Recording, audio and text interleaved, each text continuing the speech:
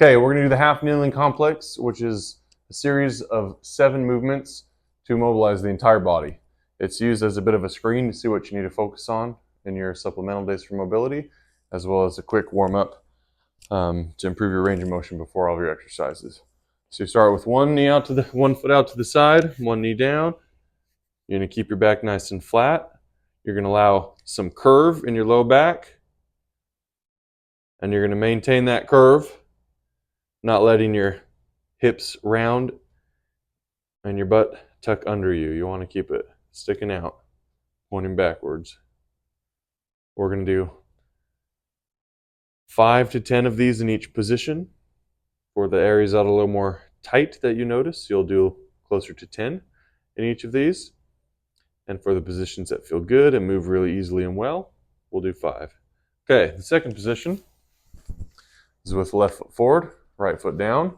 You're going to lock in your hips by squeezing your glute muscles as if your hips are a bucket and you're trying to tip them backwards. So don't let your belly button point down and your hip and your butt stick out. You want to keep your butt tucked under you, core tight, pulling your ribs in the front of your pelvis together. You're going to go forward and backward. You should feel a quick stretch in the front of your hip.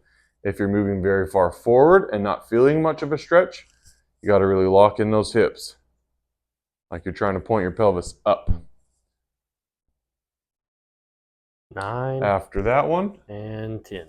we'll relax into the front leg, putting pressure through your knee and keeping your heel touching the ground. Press your big toe into the ground firmly. We're focusing on improving ankle range of motion.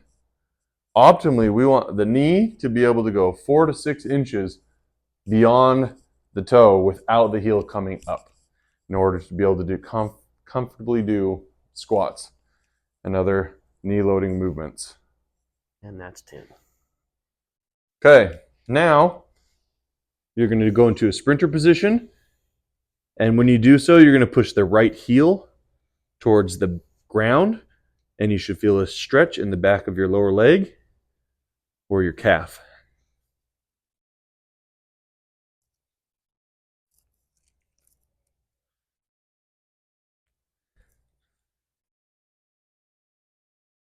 Nine and 10. On the next one, you're going to want to scoot your back knee back a little bit so you can rock backward, keeping your hands on the ground next to your front foot. While doing this, you should feel a stretch in the hamstring or the back of the upper leg. You can also rock forward into it a little bit, and you'll feel a stretch a little higher in the hamstring, closer to the hip. And as you go backward, you'll feel a hamstring stretch closer to the knee.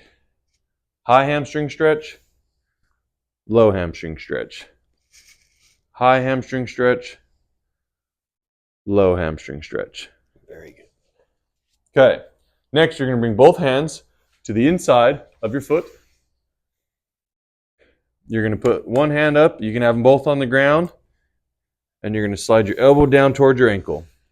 The goal is to get at least to the lower third to lower quarter of your lower leg, working your way all the way down to your ankle.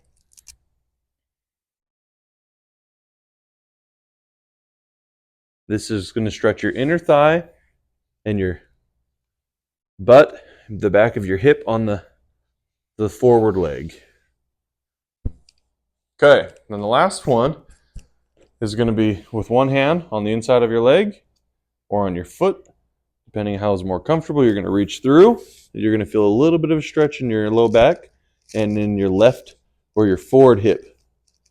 Then you're going to reach up in a big arc, pointing your thumb backward, and then you're going to touch your shoulder to the back of your neck. You're going to reach through, and you're following your hand with your vision to get rotation in the neck as well.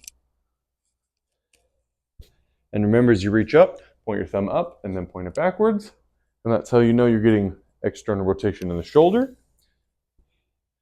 This is also giving you external rotation and extension in your upper back or thoracic spine. And of course, a little bit of neck movement. And additionally, it's engaging a lot of core stability and balance muscles to help prepare you for a good, controlled movement during your workout. We'll do 2 more. As you can see, this is the most challenging one, but even during it, I'm able to talk pretty calmly, maintaining my breath, other than when I feel stretching and restriction from the stretch in my thoracic area, my trunk. So it should not be a tremendously difficult exercise or movement. It should just be a movement assessment and a little bit of a movement improvement, rather than a very forceful effort stretch. Okay, we're going to do the other side. We'll do 5 in each position to demonstrate a fluid demonstration. Should take 1 minute 30 seconds to 2 minutes on each side total. We'll do 5 in each position. 3, 4, 5. Okay, second position, half kneeling, locking the hips. 3, 4, and 5. Okay, relax into the front foot for ankle and knee. 3, 4, 5. Okay, in that forward position, you'll go into sprinter position, pushing that back heel to the ground. Getting a good stretch on the calf. 3, 4, 5. Okay, with the back knee back a couple inches, hands by the foot still. You're going to lean back and lunge forward, getting a low hamstring stretch and a high hamstring stretch. 4, and 5. Okay, both hands to the inside. You're going to drop that knee or the elbow down to the ankle, stretching that forward hip and 3, groin. 4, 5. Okay, finally, plant your front hand on the ground next to your foot or on top of your foot. Reach through, threading the needle, strong butt stretch, thoracic extension and rotation stretch on the way up. Point your thumb backward and hand behind the head to get you that good external rotation of the shoulder. 4,